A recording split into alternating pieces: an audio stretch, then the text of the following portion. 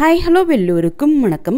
இன்னைக்கு நாம Tirumala Tirupati info by KHM சேனல்ல திருப்பதி பெருமாளை எந்தவித கவசமும் இல்லாமல் அவருடைய உண்மை ரூபமான நிஜரூப தரிசனத்தில் தரிசனம் செய்யக்கூடிய சேவாவை பற்றி பார்க்க போறோம். திருமலையினுடைய உற்சவ மூர்த்திகளான ஸ்ரீதேவி பூதேவி சமேதமான மலையப்ப சுவாமியை எப்போவுமே தங்க கவசத்தோடு தான் நம்ம தரிசனம் செஞ்சிருப்போம். ஆனால் வருடத்தில் ஒரே ஒரு முறை மட்டும் தொடர்ந்து 3 நாட்களுக்கு உற்சவ மூர்த்திகளான ஸ்ரீதேவி பூதேவி சமேதமான மலையப்ப சுவாமிக்கு சாற்றப்பட்டிருக்கக்கூடிய தங்க கவசம் அகற்றப்பட்டு அவர்களுடைய நிஜ ரூபமான பஞ்சலோக சிலைகளுக்கு அபிஷேகம் நடக்கும். இந்த நிஜ ரூப பஞ்சலோக சிலைகளுக்கு நடக்கப்படக்கூடிய அபிஷேகத்தை பார்க்கறதுக்கு ஜேஷ்டாபிஷேகம் சேவா டிக்கெட்ஸ் புக் பண்ணணும். திருமலையில் வரக்கூடிய ஜூன் 9ஆம் தேதி 10ஆம் தேதி மற்றும் 11ஆம் தேதி ஜேஷ்டாபிஷேகம் சேவா நடக்க இருக்குது. இந்த ஜேஷ்டாபிஷேக சேவா தரிசன டிக்கெட்டுகள் நாளை மார்ச் 21ஆம் தேதி காலையில் 10 மணிக்கு ஓப்பன் ஆகுது. ஜேஷ்டாபிஷேகம் சேவாவினுடைய ஒரு டிக்கெட்டினுடைய காஸ்ட் 400 ரூபாய். Reporting place Subhadam entrance. Reporting time காலை 7:30 மணி. சேவா ஆரம்பமாகக்கூடிய நேரம் காலை 8 மணி. ட்ரெஸ் கோட் ஜென்ஸ் மேலே ஷர்ட் டிஷர்ட் அல்லது இன்னர் பனியன் எது வியர் பண்ணியிருந்தாலும் சேவா நடக்கக்கூடிய கல்யாண உற்சவ மண்டபத்திற்கு உள்ளே போன உடனேயே அதை ரிமூவ் பண்ண சொல்லிடுவாங்க. அதற்கு பதிலாக நீங்கள் மேல் துண்டு வியர் பண்ணிக்கலாம். எல்லாருமே வேஷ்டி தான் வியர் பண்ணணும். பேண்ட் அலோவ் பண்ண மாட்டாங்க. லேடிஸ் சாரி அல்லது சுடிதார் வித் துப்பட்டா வியர் பண்ணிக்கலாம். சேவா நடக்கக்கூடிய இடம் திருமலை கோவிலுக்குள்ளே இருக்கக்கூடிய கல்யாண உற்சவ மண்டபம். காலையில் 7:30 மணிக்கு சுபதம் என்ட்ரன்ஸில் ரிப்போர்ட் செய்த பிறகு நம்முடைய டிக்கெட்டையும் ஆதார் கார்டையும் சரி பார்த்த பிறகு கம்பார்ட்மெண்ட்ஸில் உட்கார வைப்பாங்க. 7:45 மணி போல் மறுபடியும் கம்பார்ட்மெண்ட் ஓப்பன் செஞ்சு checking and scanning process complete செய்து கோவிலுக்குள்ளே போகிறப்போ 7:50 மணி ஆகிடும். கல்யாண உற்சவ மண்டபத்திற்கு உள்ளே நம்ம போகும்போதே ஸ்டேஜ் மேலே ஸ்ரீதேவி பூதேவி சமேதமான மலையப்ப சுவாமி உட்கார்ந்திருக்கக்கூடியதை நம்ம பார்க்கலாம்.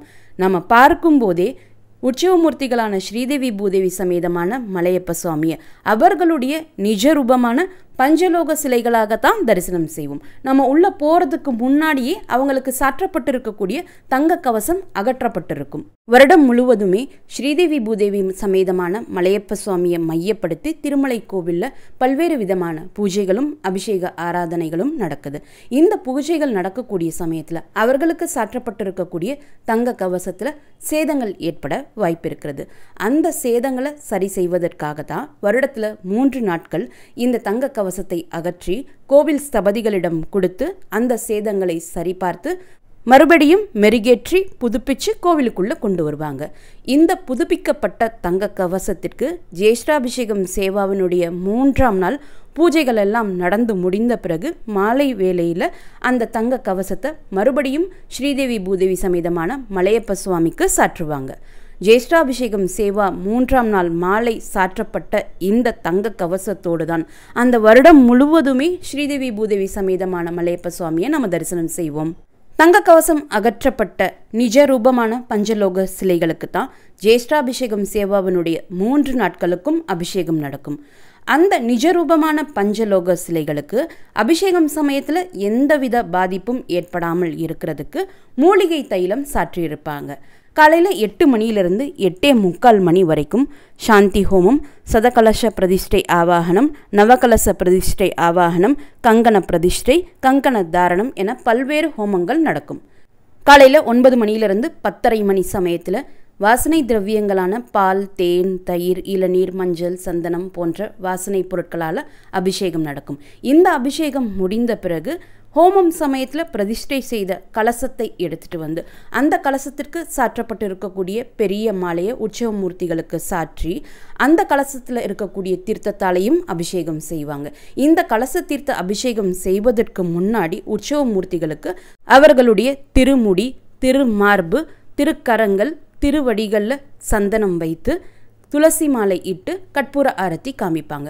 அபிஷேகம் எல்லாம் முடிந்த பிறகு மகா தீப ஆரத்தியும் கற்பூர ஆரத்தியும் காட்டுவாங்க. 10:30 மணிக்கு அபிஷேகம் முடிந்த பிறகு ஜேஷ்டாபிஷேகம் சேவா டிக்கெட் ஹோல்டர்ஸ் எல்லாருமே வரிசையில் நின்று கொடிமரம் தாண்டி கல்யாண உற்சவ மண்டபத்தை விட்டு வெளியே வந்து கொடிமரம் தாண்டி பங்காரு வாக்கிலிக்கு உள்ளே போய் மூலவர் வெங்கடேஷ பெருமாளை தரிசனம் செஞ்சுட்டு வரலாம். ஜேஷ்டாபிஷேகம் சேவா ப்ளஸ் மூலவர் வெங்கடேஷ பெருமாள் தரிசனம் இந்த 2க்கும் சேர்த்து தான் நம்ம டிக்கெட் புக் பண்ணுறோம். மூலவர் வெங்கடேஷ பெருமாள் எப்பவும் போல அலங்காரத்தோடு தான் இருப்பார். மூலவர் வெங்கடேஷ பெருமாளை இந்த ஜேஷ்டாபிஷேகம் சேவா சமயத்தில் நிஜரூப சேவையில் நம்ம தரிசனம் செய்ய முடியாது. ஜேஷ்டாபிஷேகம் சேவா சமயத்தில் உற்சவ மூர்த்திகளை தான் நம்ம நிஜரூபத்தில் தரிசனம் செய்கிறோம்.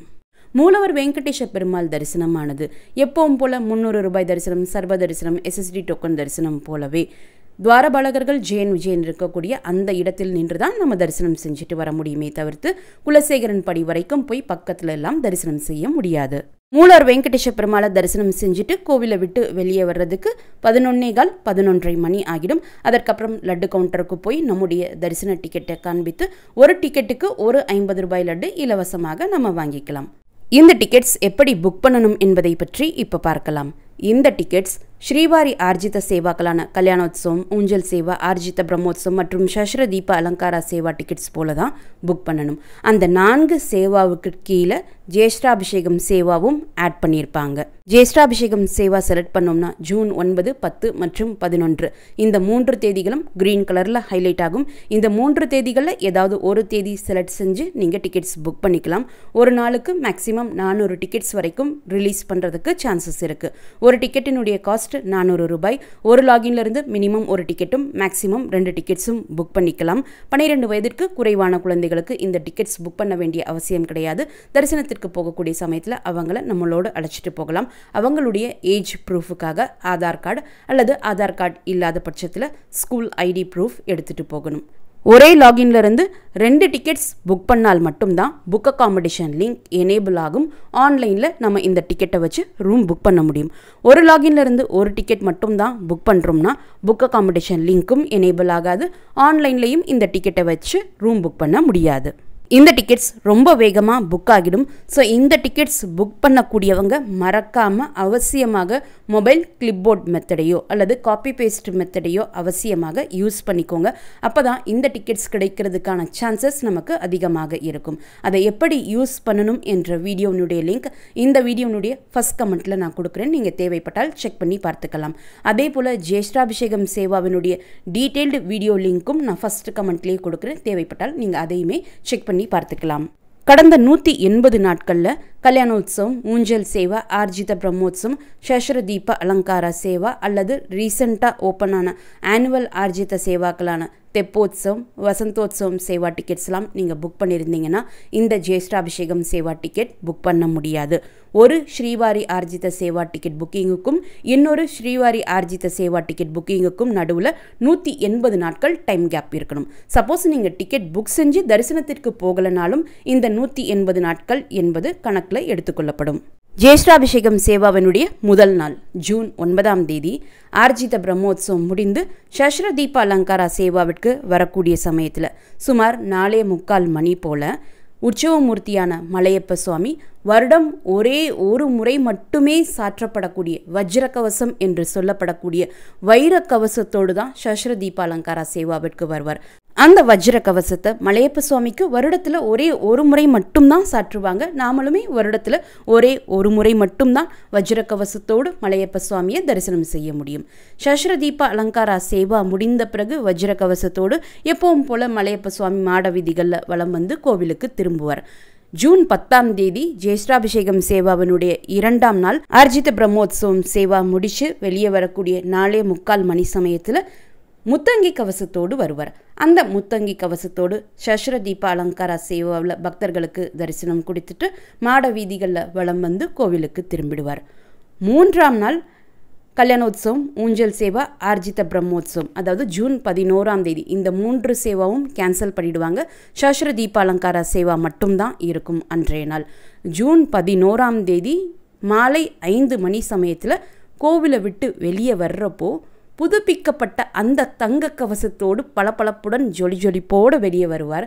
புதுப்பிக்கப்பட்ட தங்க கவசத்தோடு சஷ்ர தீப அலங்காரா சேவாவிற்கு போய் பக்தர்களுக்கு தரிசனம் கொடுத்துட்டு சஷ்ர தீப அலங்காரா சேவா முடிந்த பிறகு மாட வீதிகளில் வலம் வந்து பக்தர்களுக்கு தரிசனம் கொடுத்துட்டு கோவிலுக்கு திரும்புவார். சப்போஸ் ஜேஷ்டாபிஷேகம் சேவா டிக்கெட்ஸ் எதுவுமே புக் பண்ண முடியலைனாலும் ஜூன் 9, 10 மற்றும் 11ஆம் தேதிகளில் நீங்கள் திருமலைக்கு போகிறீங்கன்னா மாலை வேளையில் நீங்கள் மாட வீதிகளில் இருக்கீங்கன்னா மலையப்ப சுவாமியை இந்த கவசங்களோடு நம்ம தரிசனம் செய்யலாம். இந்த வீடியோவை மறக்காமல் அவசியமாக உங்களுடைய ஃப்ரெண்ட்ஸ், ஃபேமிலி மெம்பர்ஸ், நெய்பர்ஸ் மற்றும் கலீக்ஸ் கூடயும் ஷேர் பண்ணிக்கோங்க. நிறைய நண்பர்களோடு இந்த வீடியோவை நாம் ஷேர் பண்ணும்போது அவங்களுக்குமே இந்த இன்ஃபர்மேஷன் எல்லாமே ரொம்ப யூஸ்ஃபுல்லாக இருக்கும். திருமலை மற்றும் திருப்பதி பற்றிய மேலும் பல தகவல்களுக்கு எங்களுடைய சேனலை மறக்காமல் சப்ஸ்கிரைப் பண்ணிக்கோங்க. மீண்டும் ஒரு நல்ல தகவலுடன் உங்களை சந்திக்கும் வரை நன்றி, வணக்கம்.